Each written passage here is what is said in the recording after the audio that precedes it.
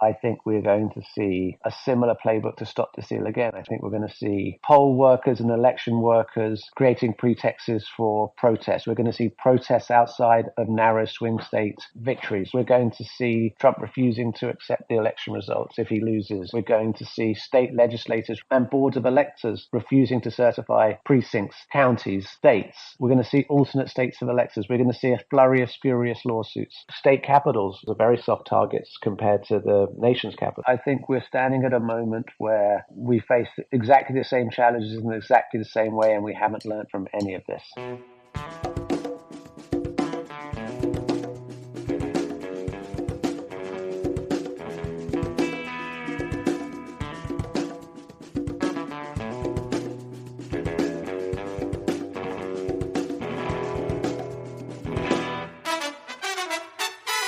Welcome to episode 221 of the Refuse Fascism podcast, a podcast brought to you by volunteers with Refuse Fascism. I'm Sam Goldman, one of those volunteers and host of the show. Refuse Fascism exposes, analyzes, and stands against the very real danger and threat of fascism coming to power in the United States.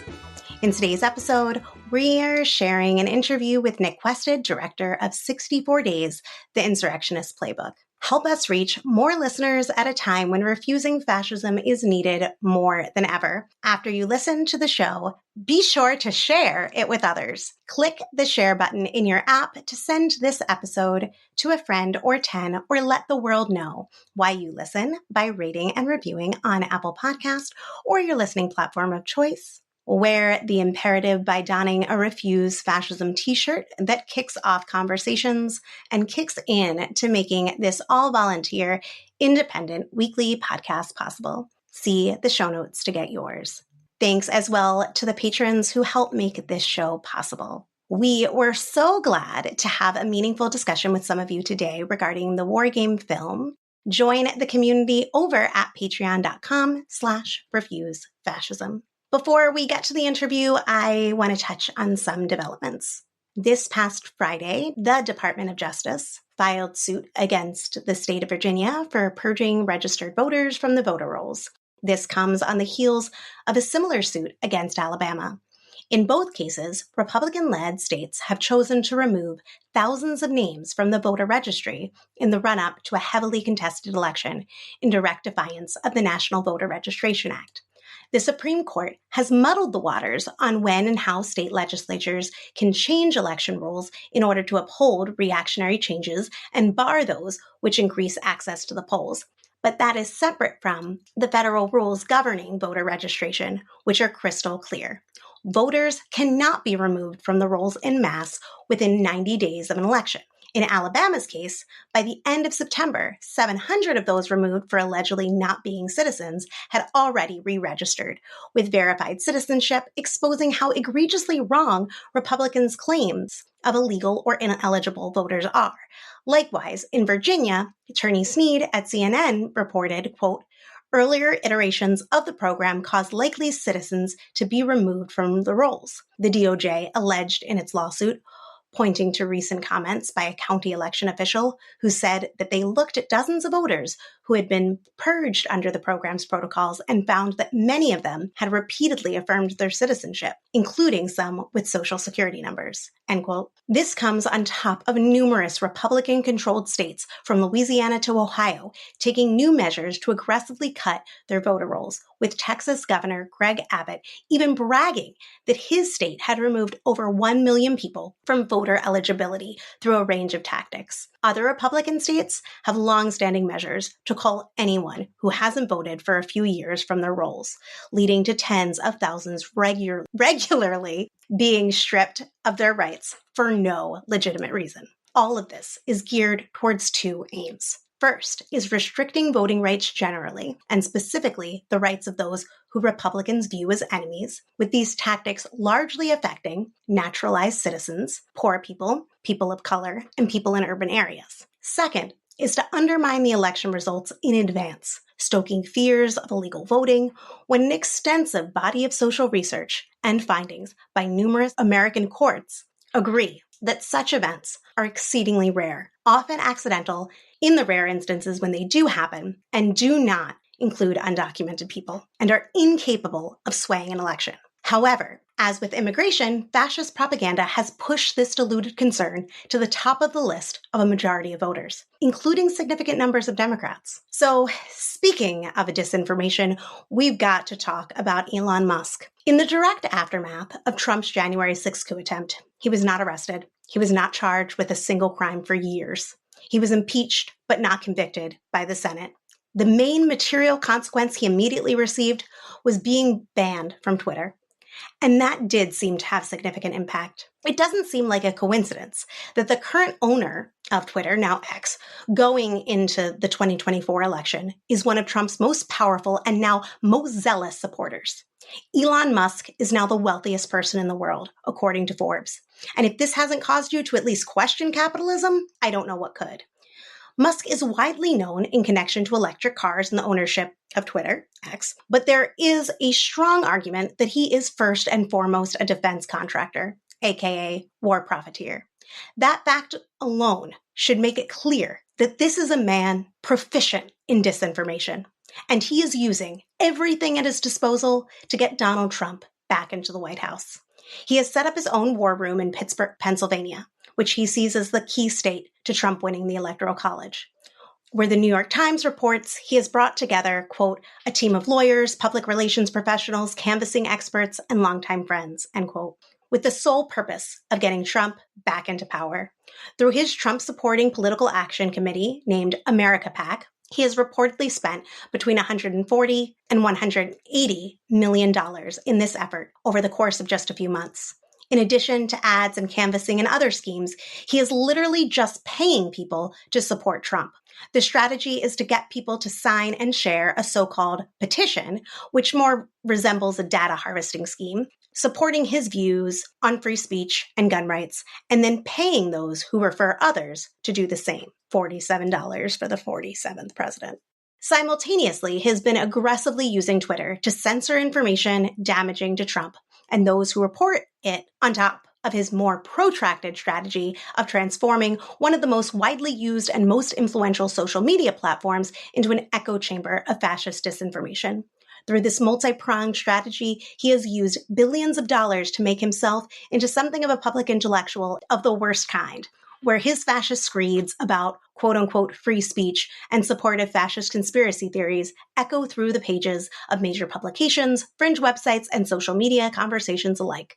He could not have done this on his own. He has seized on the United States' increasingly vapid, sycophantic, public discourse spanning the political spectrum that is commonly a cultural prerequisite for the ascent of fascism. The basic strategy of using unfathomable amounts of cruelly exploited profits to fuel popular mass movements of hateful idiots is a well-worn strategy of fascists here and around the world. But we are witnessing that strategy unfold in a fashion that is unprecedented in scope, impact, and shamelessness. This is incredibly dangerous in terms of influencing election outcomes and whatever comes next.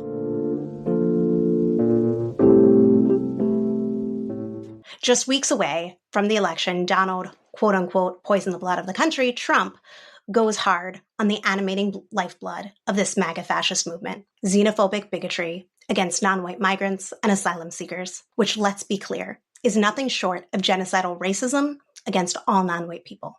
Trump has ramped up his hateful rhetoric, preparing the ground for murderous and genocidal policies. And to be real, there is an intolerable lack of vocal, meaningful defense of immigrants, let alone commensurate resistance. Further attacks on and demonization of immigrants are the bread and butter of literally every public appearance by Trump and Vance, and run ad nauseum on the fascist news network Fox and across social media, whipping millions into this anti-immigrant frenzy. A cornerstone pledge of Trump's return to power is that he will forcibly deport 11 million undocumented people and put them in concentration camps until they can be deported, with his new promise to deport over 1 million legal immigrants, particularly people from Haiti and Venezuela.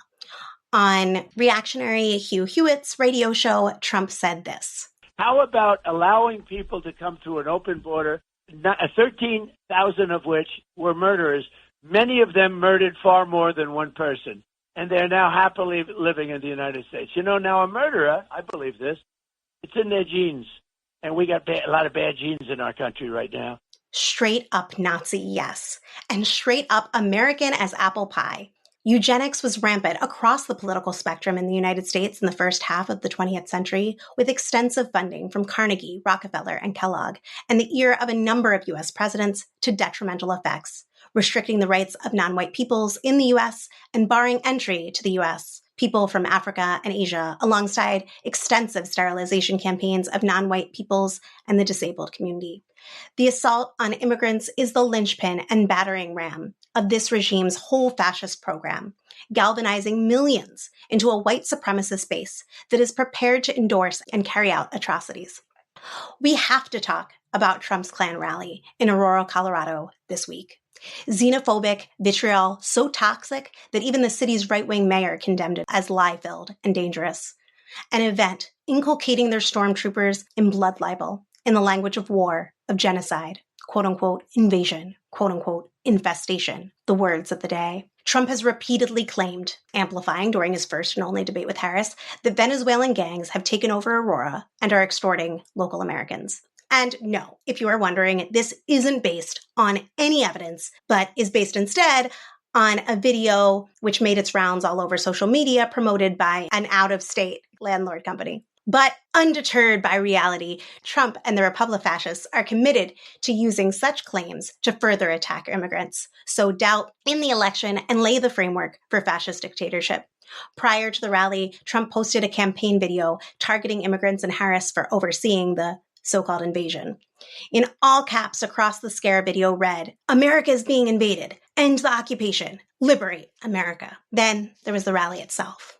In front of the now Trump trademark backdrop declaring, in all caps of course, "End migrant crime. Deport illegals now," with enlargements of images of hypothetically incarcerated immigrants with "Occupied America, the gang members of Aurora," as props. For hours, you heard Trump reiterate that immigrants were animals, that immigrants were, quote, coming in sick with highly infectious diseases, end quote, reiterating calls to ban sanctuary cities, all on top of his core promise to carry out the largest deportation in history. Let's start with what zombie Goebbels, Stephen Miller, had to say.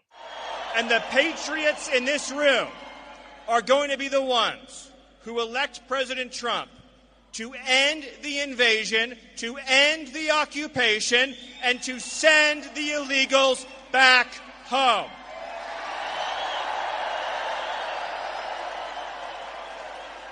Look at all these photos around me. Are these the kids you grew up with?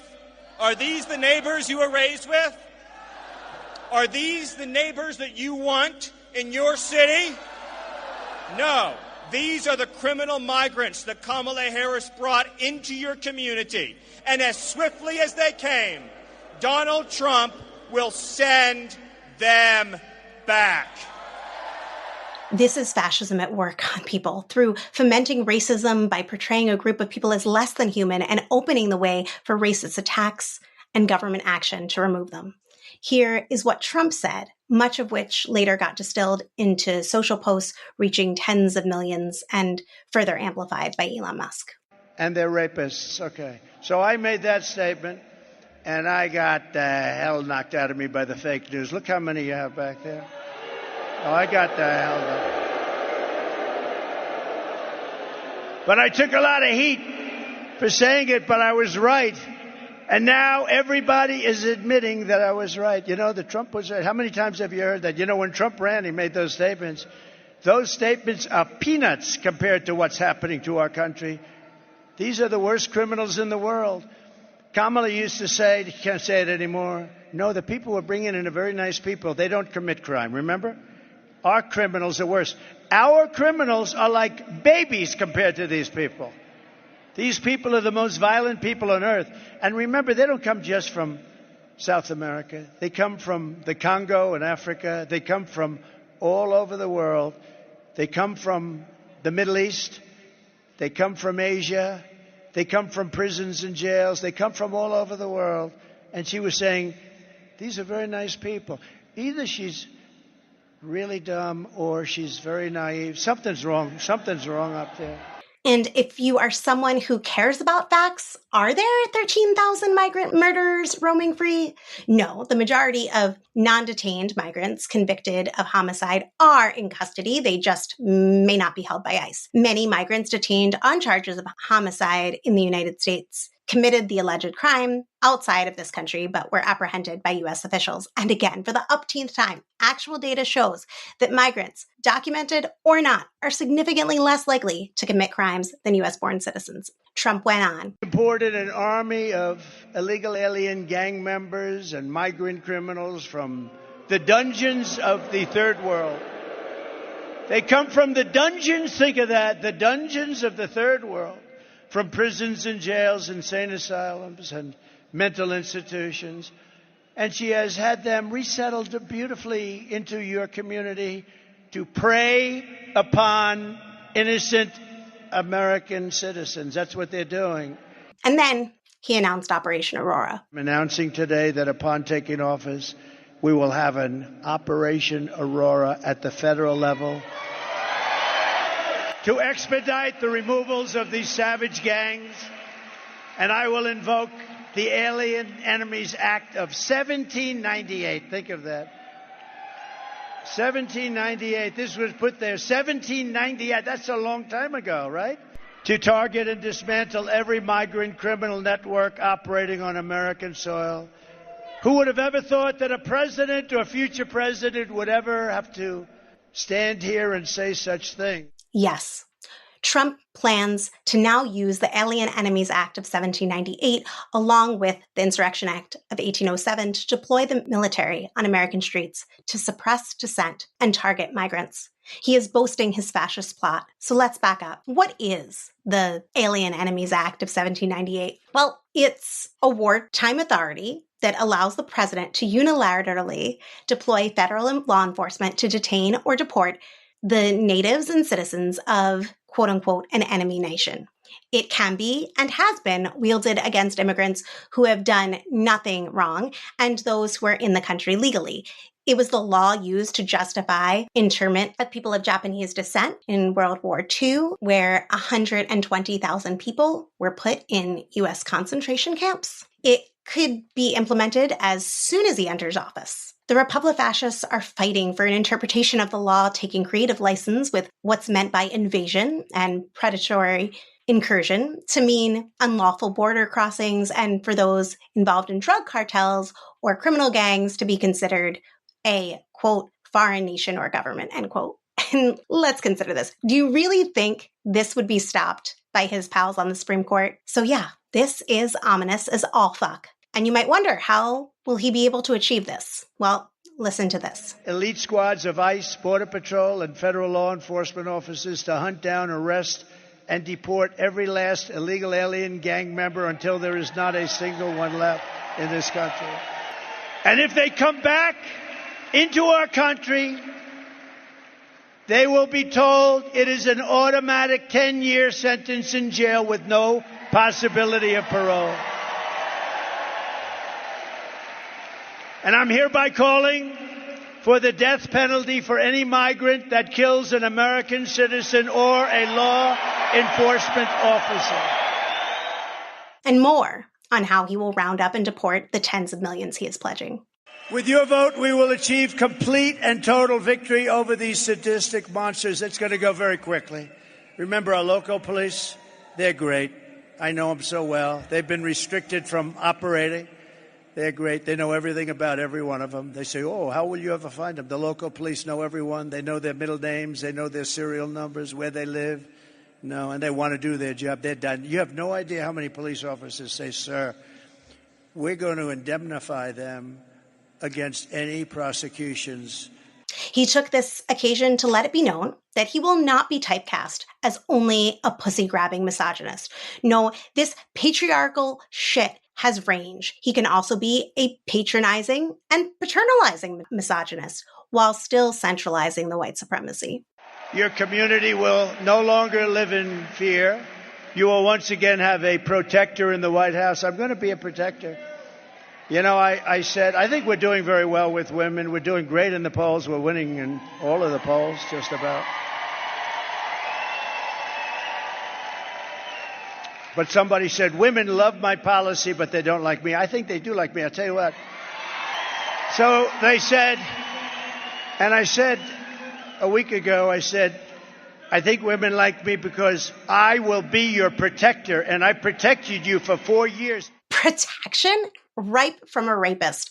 A sadistic fuck who has orchestrated our suffering, our terror, our entrapment, and our deaths with the overturn of Roe. He leaned in hard to his Klan rally roots. He could have literally put up the 14 words or screened Birth of a Nation. As Maya Ward wrote for Politico, quote, Trump's message in Aurora, a city that has become a central part of his campaign speeches in the final stretch to Election Day, marks another example of how the former president has escalated his xenophobic and racist rhetoric against migrants and minority groups he says are genetically predisposed to commit crimes. The supposed threat migrants pose is the core part of the former president's closing argument, as he promises his base that he's the one who can save the country from a group of people he calls, quote-unquote, animals, quote-unquote, stone-cold killers, the, quote-unquote, worst people, and the, quote-unquote, enemy from within.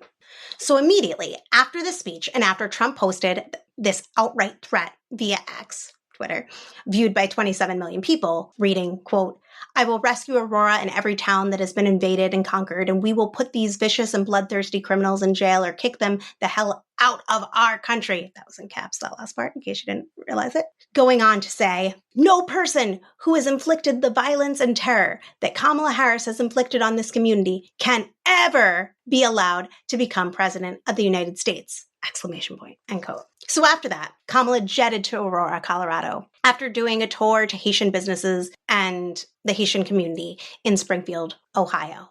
She gave a stirring, uncompromising speech that immigrants are full human beings and will be provided additional protection from unhinged white supremacists. Of course not. No, she hasn't gone to either place. Instead, she has taken the opportunity to tout her $20 billion border security bill that contains no pathway to citizenship, brags about hiring more border agents in this bill, and proudly reminds us that it was co-written by one of the most conservative members of the Senate. This assault on migrants is not separate from the coup attempt already in motion. This lexicon of violence, the disinformation campaign, is all part of this rolling coup. In military lingo, it's setting the theater, preparing the operational area for the execution of the strategic plan. In other words, enabling conditions. Yes, it is about intimidating people of color from voting. Yes, it is about laying the basis for further attacks on the voting rights of people of color, but it is also about hardening, expanding, and coalescing the fascist movement for, if necessary, the violent seizure of power and the violence necessary to enact every aspect of this fascist program, including the mass rounding up and deportation of over 10 million people.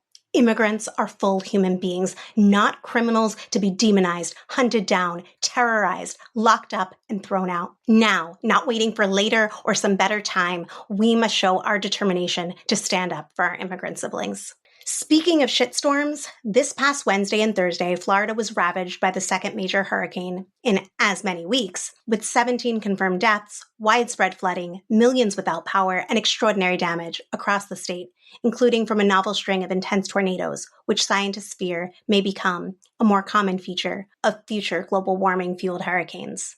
Hurricane Milton broke records for rainfall and rapid intensification. But Florida's fascist governor, Ron DeSantis, who banned mention of climate change from state government websites this past May, had other concerns, namely suing TV stations for running ads supporting Amendment 4, a ballot measure which could restore abortion access across the state. As Melissa Guerra-Grant reported for The New Republic, quote, in the weeks leading up to the election, marshaling state agencies in service of defeating the abortion rights ballot measure, DeSantis has spread health misinformation, threatened news organizations, and attempted to intimidate voters, end quote. He used an appearance serving food to survivors of Hurricane Helene to stump for his abortion ban. He's used the newly created website of Florida's health department to campaign against Amendment 4. This comes after DeSantis used the Florida Department of State to investigate the petition that led to Amendment 4's presence on the ballot. and sent state police to the homes of people who signed that petition to interrogate them. These intimidation tactics are venturing into new territory, but should also be shedding light on the ways the suppression of dissent in many so-called red states reached far beyond what many in coastal bubbles believe is possible in their illusory United States of freedom. This repression has helped consolidate fascist power in many of these states and has provided extensive proving grounds for taking such tactics nationwide. While we don't have time today to discuss the death threats meteorologists have faced because of the reporting on Hurricane Milton, I want to encourage you to take a moment to read I'm Running Out of Ways to Explain How Bad This Is by Charlie Warzel. It's about what's happening in America as something much, much darker than a misinformation crisis. He writes this piece for The Atlantic, and I'm going to share a quote from it. Quote, "Nothing less than a cultural assault on any person or institution that operates in reality. If you are a weather person, you're a target. The same goes for journalists, election workers, scientists, doctors, and first responders. These jobs are different, but the thing they share is that they all must attend to and describe the world as it is. This makes them dangerous to people who cannot abide by the agonizing constraints of reality, as well as those who have financial and political interests in keeping up this charade. In one sense, these attacks and their increased desperation make sense. The world feels dark. For many people, it's tempting to meet that with a retreat into the delusion that they've got everything figured out, that the powers that be have conspired against them directly. But in turning away, they exacerbate a crisis that has characterized the Trump era, one that will reverberate to Election Day and beyond. Americans are divided, not just by political beliefs, but by whether they believe in a shared reality or desire one at all," end quote. So be sure to see the show notes for the link and check it out. This week, James Goldmacher, writing for the New York Times, reported on the anti-trans element of the 2024 Republican campaign. The GOP has spent over $65 million on ads specifically targeting trans people, quote unquote, exposing their Democratic adversaries for doing the bare minimum on trans rights and essentially claiming that, quote unquote, they, them are coming for your kids. While this was central to their 2022 campaign, it has generally been overshadowed by immigrant bashing this past year. A number of media outlets and Democratic strategists have pointed out that this generally hasn't been a successful campaign strategy in the past. But this once more misses the point that the fascists aren't just campaigning for office, but to radically change society. The article quoted Kelly Robinson, president of the Human Rights Campaign, in reference to the GOP ads featuring images of Jonathan Van Ness, saying, quote, "Coming after a renowned celebrity star that people love and adore that has been in our living room for years doesn't seem like the right strategy to win hearts and minds," end quote. What is missed here is that Republicans aren't campaigning to merely win a few more votes, or even to ban trans women from sports or bathrooms or any other particular demand, as heinous as they are. They'll leave that to Democrats like Colin Allred, who are themselves running anti-trans ads. The fascists are building a movement to create a society where a non-binary person cannot be a renowned celebrity star, beamed into our living rooms, or even walk down the street for that matter. A society where gender roles are not merely propped up by tradition, social pressure, or family, but enforced directly from the state. To do this, the literal image of someone like Jonathan Van Ness, whose look largely reflects traditional white beauty standards, must be stigmatized, must come to represent ugliness and evil in the imaginations of their followers. Speaking of evil, yesterday on Yom Kippur, thousands of Christian nationalists gathered on the National Mall in Washington, D.C. for the new apostolic Reformation spectacle that was the Million Woman March, supposedly held to pray for America's atonement for the sins of the very existence of trans people, abortion, LGBTQ rights and recognition, and obviously feminism. They called November a quote-unquote last stand moment for the U.S., praying for Trump's return to power. Religious scholar Matthew D. Taylor, who attended the event as part of research, was quoted saying, quote, "This is about activating the most ardent Christian supporters of Donald Trump, putting them into an apocalyptic mindset that says this election is do or die for America. The danger is that these folks can easily be converted over into Capitol rioters if the right circumstances come about and if their leaders give them that guidance," end quote. In a Twitter thread linked to the show notes, Matthew noted that Cheyenne got up to make an apostolic decree, reprising his speech from January 5th, 2021, channeling the spiritual imagery and rhetoric that fueled Christian national violence on January 6th. And I'm decreeing this by faith. I believe when Jonathan Cahn says that Trump is a type of Jehu and Kamala Harris is a type of Jezebel. And as you know, Jehu cast out Jezebel. I took one of the stones and I went over the edge and I threw that stone into the trash can because it was a prophetic act for me because I'm ready to make this decree. And so I decree in Jesus' mighty name, and I decree it by faith, that Trump will win on November the 5th. He will be our 47th president, and Kamala Harris will be cast out, and she will lose in Jesus' mighty name. Now give him a shout offering of faith. Come on, let's declare this.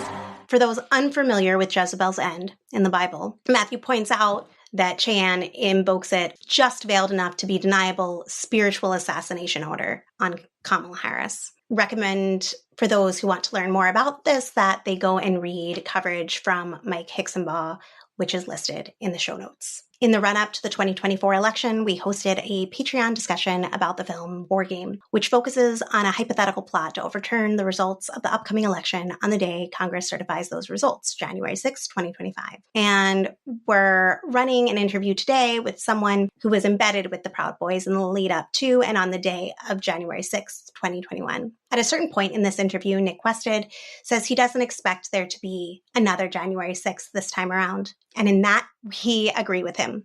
This will not be a repeat of 4 years ago. The situation has developed far past that. For one thing, there's a strong possibility Trump will win the Electoral College or even win outright. And if he doesn't, there is a reason to expect the coup he attempts will be far more sophisticated and or more violent, likely more successful, with more quote-unquote legitimate forces involved than crackpot attorneys, paramilitaries, and largely unorganized religious fanatics and QAnon believers.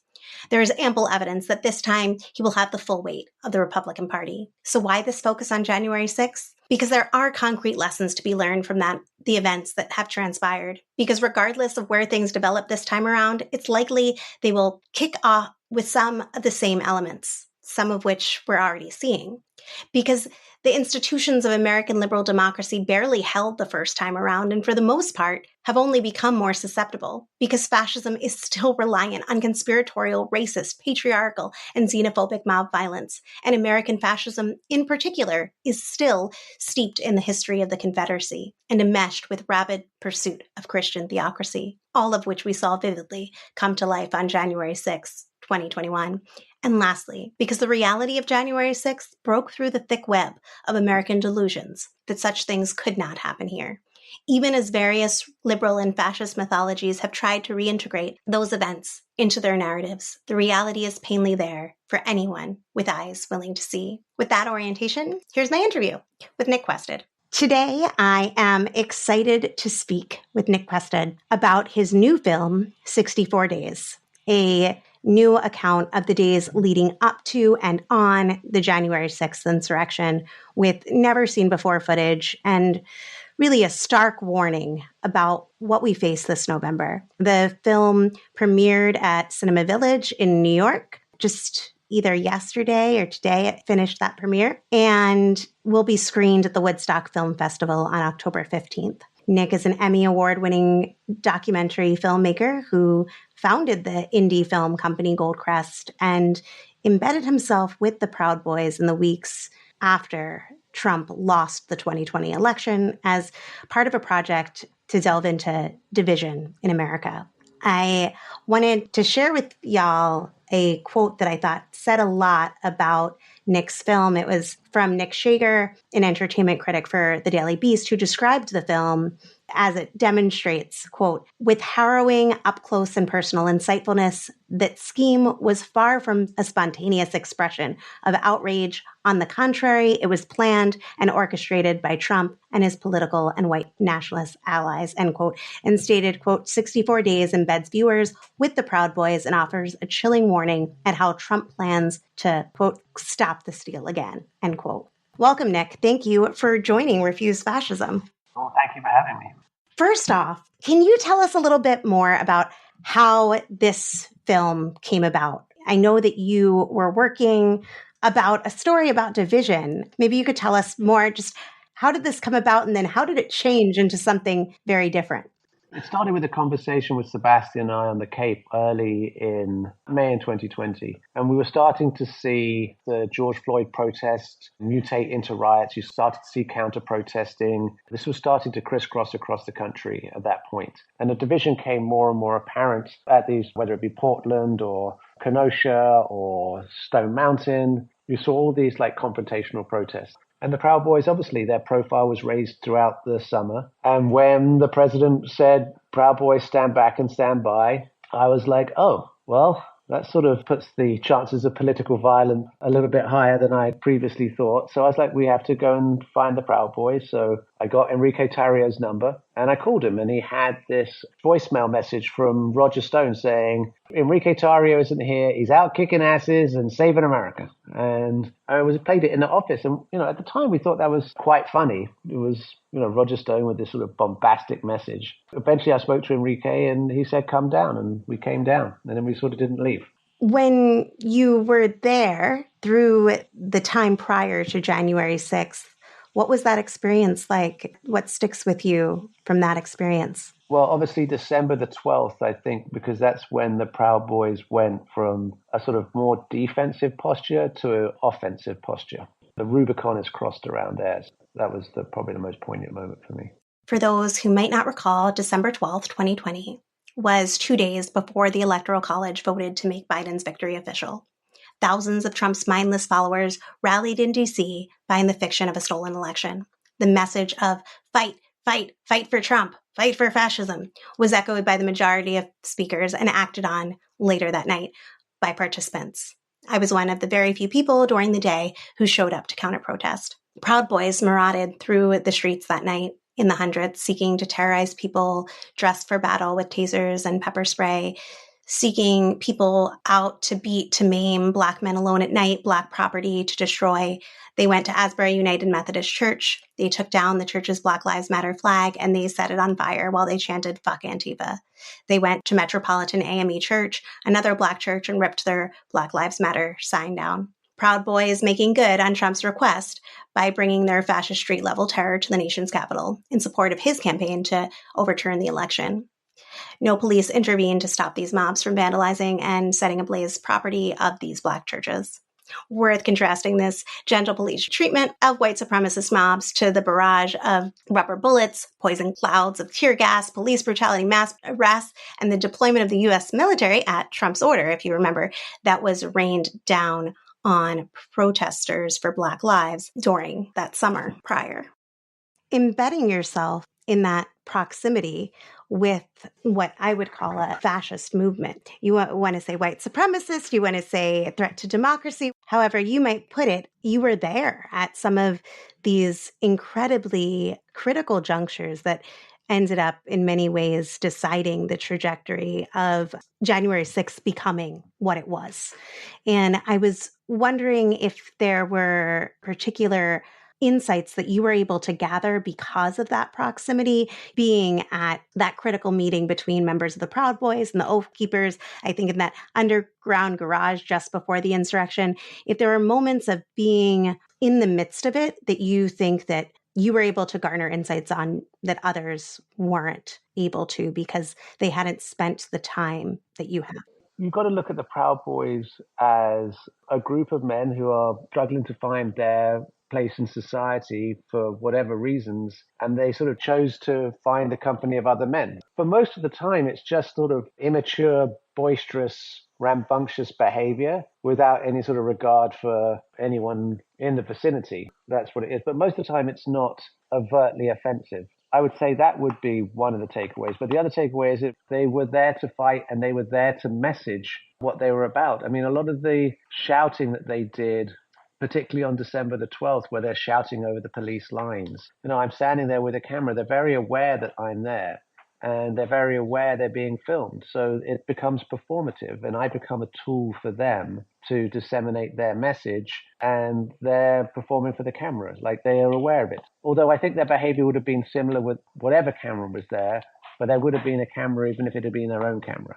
I think one of the things that you start to see is not necessarily aware of in real time is how these groups were communicating consistently and how there were little links and couriers between all of these people. And I found that to be very intriguing, and that's what shocked me. And sort of the fundamental basis of the film is these sort of hidden links of this organization, and it came so fast to people in those 64 days that you don't see the relationship between the lawsuits and the spurious claims of election denial to on-the-ground violence and state capital invasions and January 6th itself. So when you start to put it all together, it feels like a variety of organized plans that all acted in concert, not necessarily collusion. There was coordination, even if it wasn't directed one-on-one. In particular, it's fascinating. I don't mean in a great way, but it is fascinating how the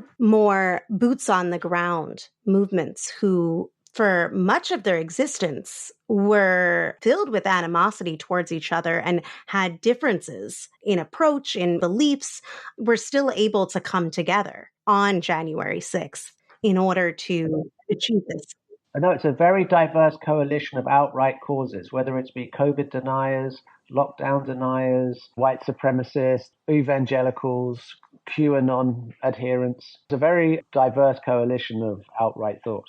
You had written, I think, on the Kickstarter for the film that the film is without question the single most important film you've directed. And I was wondering if you could tell us a little bit about why that is for you.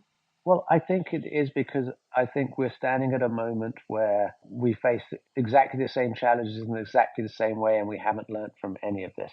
I think we're going to see a similar playbook to Stop the Steal again. I think we're going to see poll workers and election workers creating pretexts for protests. We're going to see protests outside of narrow swing state victories. We're going to see Trump refusing to accept the election results if he loses. We're going to see state legislators and boards of electors refusing to certify precincts, counties, states. We're going to see alternate states of electors. We're going to see a flurry of spurious lawsuits. And I want to go back to one of the reasons we were so interested in division in America is because when you see that level of public disturbance on the streets, and you've got to look back into history and say, when was those levels of disturbance? And when people deny elections, what happens? So Franco in 1936 denied the election was a free and fair election in Spain and established 2 garrisons in Spain and fought a 3-year civil war, which he won. In 1922, in 3 days, Mussolini managed to take over Rome with the use of the same type of tactics as you see the Proud Boys employing about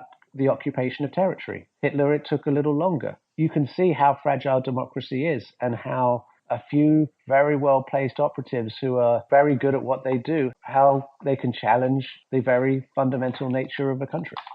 I'm a journalist, and I've reported on conflicts throughout the world. The film we made is journalism. It's not an activist film. Everything about it is double-sourced, triple-sourced, or it's a first-hand account.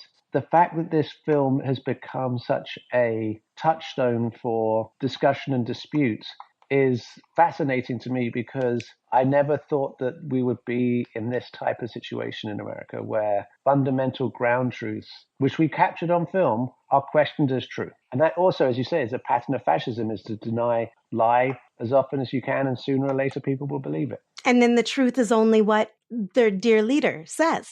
The truth is perception, yeah. You had testified in the January 6th Commission and brought forward the fact that you were there. In many ways, this film is a deep elaboration on that, providing ample evidence of what transpired and how we got there.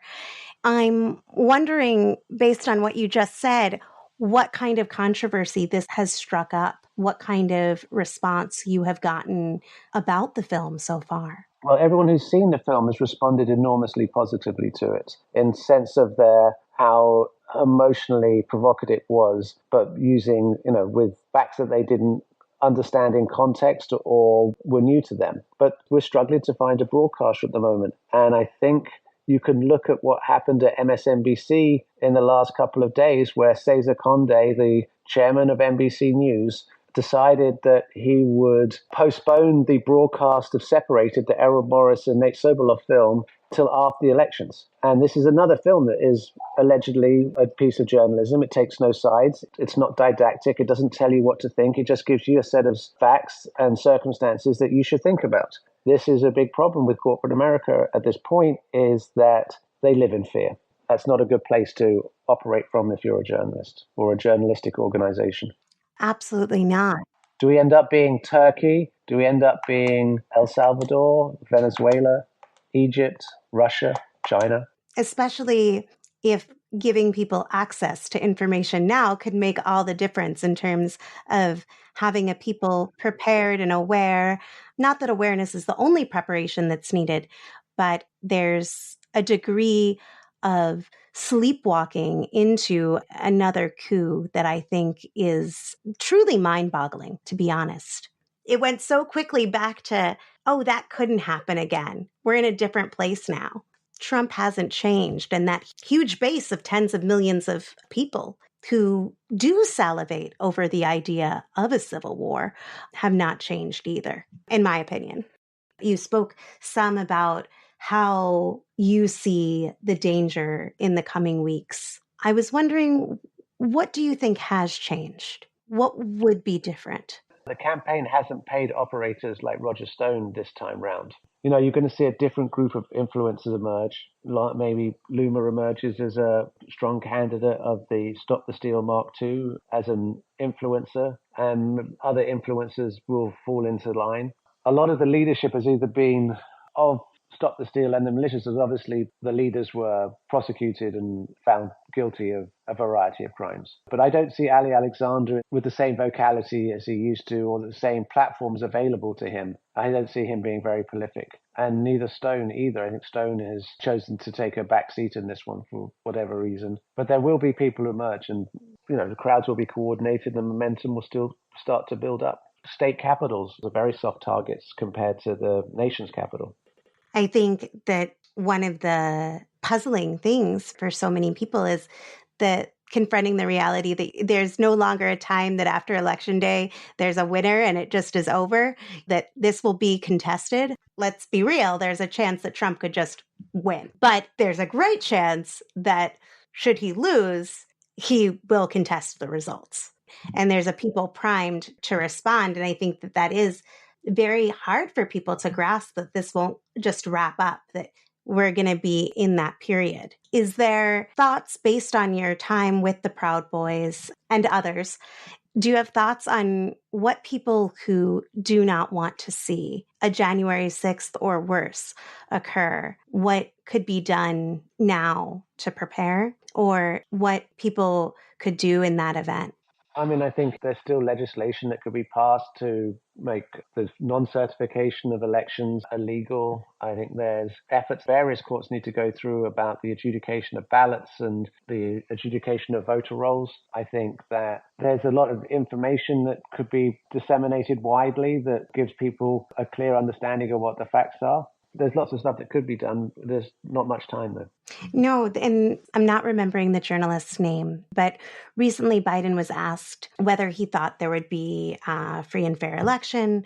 And Biden responded that he thought it would be a fair election, but he could not rule out that Trump would call for violence based on statements that he said. And the journalist, I'm forgetting her name right now, she had asked what's being done to prepare, and were they getting reports? And he basically brushed that question off and said, we're always getting reports, that there wasn't much of a plan. And do you think that we're in a situation federally to respond to another January 6th? Well, I don't think there's going to be another January 6th because you don't have the same focus on the certification of the Electoral College because the Democrats will be incumbent at that point. So you don't have that scenario. And I believe that the MPD, the FBI, and Capitol Police will coordinate in a much more efficient fashion in the future. And they will share intelligence and threats to the Capitol. And I also think there's going to be a lot more police around any of these states that become protests because everyone has the right to protest. But